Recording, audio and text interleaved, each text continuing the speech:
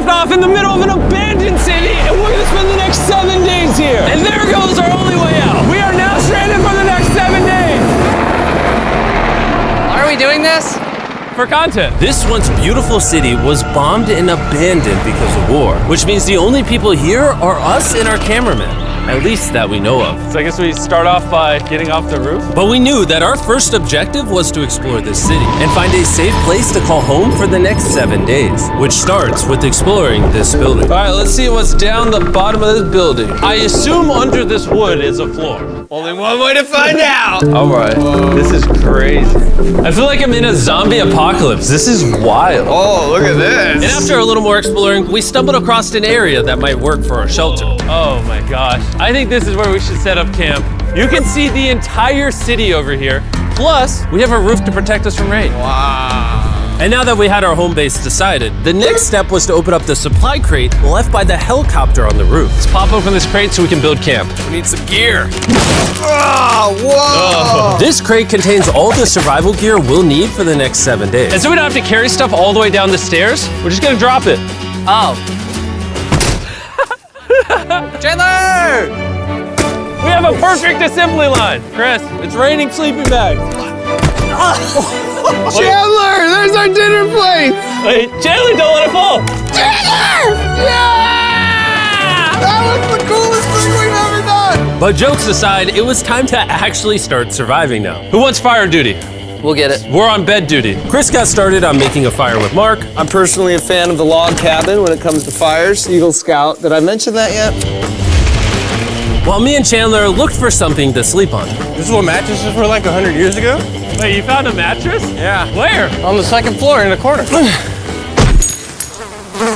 That's all you. Thanks. You should wrap that thing in a tarp so you don't get destroyed by bugs. I'm gonna wrap that mattress like a burrito. And while Chandler took his chances with his sketchy mattress, the rest of us decided to sleep on wooden doors. There's no shot that you're more comfortable than me right now. My back already hurts. There are so many buildings we have yet to explore in this city. Tomorrow's gonna be insane. We'll see you in the morning. Even though our first day in the city went pretty smooth, something eerie did happen to occur later that night. While we were sleeping, Mark and some of the camera guys woke up to the sound of breaking glass not far from the camp. Which made us start to wonder if we were really alone inside this city. What was it? I thought I saw something. But on top of the freaky noises, this shelter was way too windy to sleep. How'd you guys sleep? Bad. So in pursuit of better sleep, we got up, got breakfast, and got prepared to find our new shelter. I mean, this is the first time I've had chili for breakfast, but I'm so hungry I kind of don't care. Well, since the raft. When have I ever been this excited over canned chili? I think my brain tried to forget about that. Thanks. So after a nutritious breakfast, we took off our drone to seek out a new shelter in the unexplored buildings. We haven't explored that building. We haven't explored those hotels. It is an actual city here. However, upon scanning the buildings, we did stumble upon an unexpected guest. There's a cat. There's a cat down there. I'm gonna land the drone right beside the cat. Oh, here comes the Oh, look at that shot! Chris, look! Oh, it's sniffing the camera! This cat has like no survival instinct. I promise we are not paying this cat to be inactive. As fun as playing with these cats is, we need to focus on shelter because it's gonna be freezing tonight. And so we started our journey to find a sufficient shelter for the challenge. Ooh, wait, what is this? Whoa. This is pretty. It just has this type of like aesthetic to it that is like beautiful even though it's ugly. Zombie apocalypse aesthetic. Yeah, there you go. Wait, is that a pool? Wow. What the heck? So eerie. Back in the day, this used to look something like this. And after decades of rotting from being abandoned, this is what we're left with. Wait, there's a soccer field?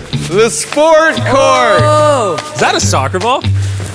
Ah! I almost died. I bet this soccer ball is older than me. Me older than all of us for sure. Well, besides Mark, he's old. We have two options now. We can keep exploring down this cool looking tunnel and go check out the neighborhood. Or, with the hour of light we have left, we can prep for nighttime and not freeze all night. Not freeze. That sounds like a good idea. I agree. And after spending the entire day looking for a new shelter, I just can't get over how massive the city is. we finally found a place fortified enough to call home. So we don't freeze tonight, we're thinking of setting up camp in this room right here. We'll have a fire pit right here. We can tarp the wall right there. It's gonna be comfy. Yeah, Mark's gonna do all that. I said we. The only hard part is, come over here, our current camp and all our gear is all the way over there. I hope this place really works out, because it's gonna be a lot of effort to set up. With the sun getting low and the temperature rapidly dropping, we made our way back to the old camping spot and packed up to settle into the new base. We're heading to the new campsite. The new camp. The new camp. Okay, we got a lot of cleanup to do to prep this for tonight. This looks like a terrible place, but whatever. And after finding a more weatherproof base, we spent the next few hours dragging in as many of our belongings as we could before sundown.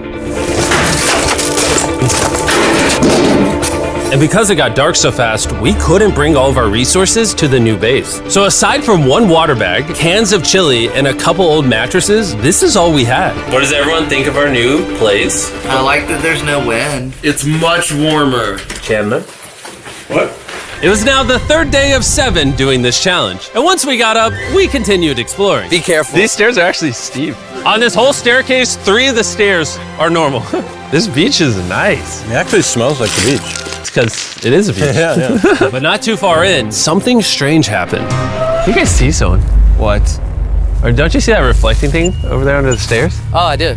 Jimmy, remember how we almost died the first night from glass bottle attack? I wonder if that's where the glass bottles came from. It was in this moment we realized we actually weren't alone in this abandoned city after all. And once our cameraman spotted this mysterious person on our drone, we did what anyone else would do. Let's go check it out. Investigation. That building is sick. Why is this mansion beside this giant motel? Decades ago, this hotel stood as a first-class vacation resort. But years of war turned this once picturesque property into a city of ruins. Let's head on in. What did we just get ourselves into? We totally don't wait for the cameraman to walk in the room before we go in. Anyways, oh, it's getting dark. Everyone stop, stop. Candy. We should go in there. I'll go first. Okay, thank you. You think it's a Feastables bar? What the heck? This is starting to get very eerie. And I think Mark should go first. What? Look at how deep this hallway is. Also, if you fall over here, you might die. There's a very non-zero chance somebody could be in here and like attack us. If someone attacked us, what are we doing? Every man for himself. Yeah, whoever's the slowest just dies. Whoa, what's that light? Hello. I'm creeped out now, guys. We spent the rest of the day searching for the lurker. But once it started getting dark, we could only hope that later he wouldn't be looking for us. And now that it's dark out, here's what we've actually been waiting for. Give me Big Bertha. Thank you. Oh. Big Bertha. Notice how you can't see that building over there. This is the world's most powerful flashlight. Whoa. Now you can. Bro, I bet the fish in the ocean are tripping. Oh, it stopped working. How the mighty have fallen. The pluses of our actions is we gotta play with the world's strongest flashlight at night. The negatives of our actions is now we gotta walk back in the dark. That was bad timing. It's way scarier going through this place at night. Yeah, is. 1000%. This really feels like the world has ended and we're just like surviving. So to avoid being murdered in cold blood, we went back to camp. We're back at camp! Yes! I'll get a fire going. I'm hungry. There's literally only chili left. And so with the last of our supply here, We're feasting! Tomorrow, if we got some tables and 7 chairs, And more food. that'd be awesome. but when we woke up on the morning of day 4 out of 7, we realized that we were already running low on supplies. Our bag of water is out of water. Do we have more? Point the camera at that roof. All the way over there. I wish I had more than 100 calories in my body to go get it. Nose goes. What does nose goes mean? Sounds like you're going. He's gonna need help. He can't carry it on his own. So Mark and Chandler set out to go all the way back to our original camping spot and get more supplies from the crate. Chandler and I were on a side quest for water. This is a main quest. While they get the water, we don't want to be useless. I'm fine. I don't want us to be useless. So we're gonna go try to find a table and some chairs. But we didn't get very far before Chris got distracted. Did we not know this was here? Jimmy! Yeah? I found a bike! That looks like a nice bike. Where'd you find that? In here. This is the coolest abandoned city ever. Having fun? I am. All right, I'm gonna go look for a table. Okay, let's go. How are we gonna get the water out of this? Oh, it's heavy. The thought process is that this is a house. Okay. And what do people have in their house? Tables and chairs. Exactly. Wait, hold up. Look at this. Don't move. Yes.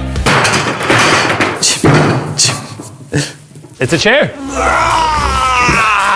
Mark's strong. A little help here, Chan. This bag of water is over 100 pounds. And so my buddy Mark, being the science YouTuber that he is, had an idea to get it down from the roof more effectively. But